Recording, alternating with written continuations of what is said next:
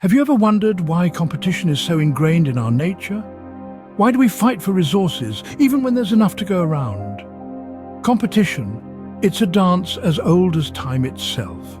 A rhythm that beats in the hearts of all living beings, from the tiniest microorganisms to the most complex of human societies. We're all part of this intricate ballet, vying for resources, jostling for space, and striving for survival. But what fuels this dance? Why does the gazelle run faster when the lion is in pursuit? Why does the tree grow taller, stretching for the sun's caress? The answer lies in the concept of scarcity. In a world of finite resources, the drive to secure what's needed to survive and thrive creates a competitive landscape. Now, let's consider this from a broader perspective. Competition isn't just about the physical, the tangible. It's not solely about food, water, or territory. We compete for intangible resources too. Knowledge, power, status. Biologically, we're hardwired to compete. It's a survival instinct, a part of our evolutionary heritage. This instinct is not just about fighting off predators or hunting for food, but also about attracting mates and protecting offspring. It's about ensuring our genes get passed on to the next generation, but it's not all biology. Sociologically, competition is a fundamental part of our societies. It's woven into the fabric of our cultures, our economies, our politics. We compete for jobs, for recognition, for influence. We compete to be heard, to be seen, to be valued. And yet, despite its ubiquity, competition is not always about conflict. It can be about cooperation, about working together to achieve common goals. It can be about innovation, about pushing boundaries and breaking new ground. So here we stand, players in this intricate dance of competition, driven by both our biology and our society, competing not just for physical resources, but for intangible ones as well. To truly understand this, let's dive into a real-world example. Consider the tale of Easter Island, a remote speck in the vast Pacific Ocean. This isolated location whispers a tale of human competition and its consequences. Once upon a time, Easter Island was a verdant paradise, teeming with palm forests and an abundance of resources. Its inhabitants, the Rapa Nui people, thrived in this fertile haven, their population growing, culture flourishing. These islanders were noted for their monumental stone statues known as moai. These towering figures were a testament to the islanders' ingenuity, creativity, and perhaps their competitive spirit. Each moai was grander than the last, a silent player in a game of one-upmanship, fueling the islanders' ambition to outdo their neighbors. But as time passed, the island's once plentiful resources began to dwindle. The demand for timber to transport these enormous statues led to the ruthless deforestation of the land, transforming the lush greenery into a barren landscape. The island's bountiful resources were being consumed faster than they could regenerate. This overexploitation sent the island into a downward spiral. Food became scarce, and the once united communities fragmented, descending into bitter rivalries as competition for the remaining resources intensified. The island, once a paradise, became a battleground. In the end, the islanders' relentless competition for resources led to their downfall. The population plummeted, the culture decayed, and the once plentiful Easter Island was reduced to a stark, desolate landscape. The grand moai, once symbols of prosperity and ambition, stood as solemn reminders of a civilization that had fallen prey to its own competitive instincts. The story of Easter Island is a stark reminder of what can happen when competition for resources goes unchecked. It serves as a cautionary tale, illustrating the destructive potential of unchecked competition and the devastating consequences of resource overexploitation. As we reflect on this tale, we are compelled to consider the delicate balance between competition and cooperation, and the importance of sustainable resource management in our own lives. As resources dwindled, the inhabitants of Easter Island found themselves in a desperate situation. Imagine the once lush landscapes of the island, now stripped bare of their verdant greenery. The trees that once stood tall, providing shade, fruit and material for canoes, were no more. The island, once a paradise, had become a bleak and barren wasteland. As the resources shrank, the competition amongst the island's inhabitants intensified. The scarcity of resources, a once unfathomable notion, was now their stark reality. Food, water, wood, every basic necessity became a prize to be fought over. The islanders, once united, found themselves at odds, each desperate to secure their survival. This increased competition led to a grim outcome. Strife and conflict became commonplace. The once peaceful island was marred by the scars of warfare. The echoes of combat reverberated through the empty landscapes, a chilling testament to the dire circumstances the islanders found themselves in. But warfare was just one facet of the downfall. The scarcity of resources had other equally devastating consequences. Famine gripped the island. The once abundant food supply dwindled, leaving the islanders in the throes of starvation. The scarcity of resources also led to societal collapse. The societal structures that had once held the islanders together crumbled under the weight of the resource crisis. The island was a shadow of its former self. The once thriving community was now a desolate landscape, a stark reminder of the consequences of unchecked competition and resource scarcity. The islanders, once a prosperous and vibrant society, were now a civilization on the brink of extinction. This tale, while tragic, offers valuable insights into the nature of competition and resource scarcity. It serves as a stark reminder that unchecked competition and over-exploitation of resources can lead to dire consequences. It underscores the importance of sustainable practices and the need for cooperation in times of scarcity. Because, as the story of Easter Island shows us, when resources become scarce, competition can become a destructive force. What can we learn from the fate of Easter Island's inhabitants? It's a question that invites us to delve into the depths of history, to glean wisdom from the remnants of a civilization that once thrived and then disappeared. The story of Easter Island is a stark reminder of the pitfalls of unchecked competition and unsustainable resource management. Picture a society flourishing at one point only to be reduced to mere vestiges of its former glory. The inhabitants of Easter Island, in their race to outdo each other, exhausted their resources, and the result was a tragic downfall.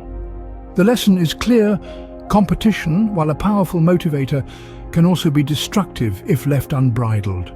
It can drive us to achieve great heights, but it can also push us over the edge, causing us to lose sight of the bigger picture. The competitive instinct is not inherently bad. It's how we channel it that determines its impact. Now consider the importance of sustainable resource management. The Easter Islanders depleted their resources in their competitive fervor, disregarding the long-term effects. They failed to plan for the future, focusing solely on the present. This myopic approach led to their demise. Sustainability is about thinking ahead, about making decisions today that won't compromise tomorrow. It's about understanding that our resources are finite and that we need to use them judiciously. It's about balancing our needs with the needs of the future generations. In the grand scheme of things, we're not just competing with each other, we're competing with time, with the future. We're racing against the clock to ensure that our planet remains habitable for the generations to come. The stakes are high and the lessons from history are clear. The story of Easter Island is not an isolated incident. It's a cautionary tale that has been repeated throughout history in different places and times. It's a lesson about the dangers of unchecked competition and the importance of sustainable resource management. The lessons from Easter Island echo throughout history, reminding us of the importance of balance. Let's heed these echoes and strive for a future where competition fuels progress, not destruction, and where sustainability is not an afterthought, but a guiding principle. Scene script. Fast forward to the present day. How does the competitive instinct play out now? Let's delve into the heart of the modern world, where the dance of competition is as intricate and intense as ever. Despite the evolution of society and technology, the core principle remains the same. We are still vying for resources, albeit in different forms. Take the corporate world, for instance. Every business is in a constant struggle for market share, for consumer attention. The resource here is not a tangible one, but the time and preference of the consumer. This competition drives innovation, pushing companies to constantly improve their products and services. However, it can also lead to unethical practices such as false advertising or monopolistic behavior if not carefully regulated. Then there's the political arena, where power is the coveted resource. Politicians compete for votes, for influence, for the chance to make decisions that will shape the future of their constituents. This competition can lead to progressive policies, to leaders who truly strive to serve their people. But again, the darker side emerges when this competition leads to corruption, to leaders who prioritize their own gain over the welfare of their people. And let's not forget the academic sphere, where knowledge and recognition are the prizes. Scholars compete for funding, for publication space, for the opportunity to advance their field. This rivalry fuels the expansion of human knowledge, pushing us to reach for the stars, to delve into the depths of the ocean. Yet this same competition can also foster an environment of stress and burnout, a culture that values achievement over mental health. Each of these scenarios paints a picture of the double-edged sword that is competition. It can drive us towards betterment, towards progress. But it can also push us towards destruction, towards behaviors that harm ourselves and those around us. Clearly, the competitive instinct, while necessary for survival, can also lead to destructive behavior if not properly managed. So, how do we strike a balance? How do we ensure healthy competition without depleting resources? The answers to these questions are as complex as they are essential. We have a shared responsibility to create a world where competition and resource management coexist harmoniously. And to achieve this, we must embrace concepts like sustainability, cooperation, and equitable distribution. Let's start with sustainability. It's about more than just recycling or driving less. It's about creating systems and practices that ensure our resources can replenish themselves for future generations.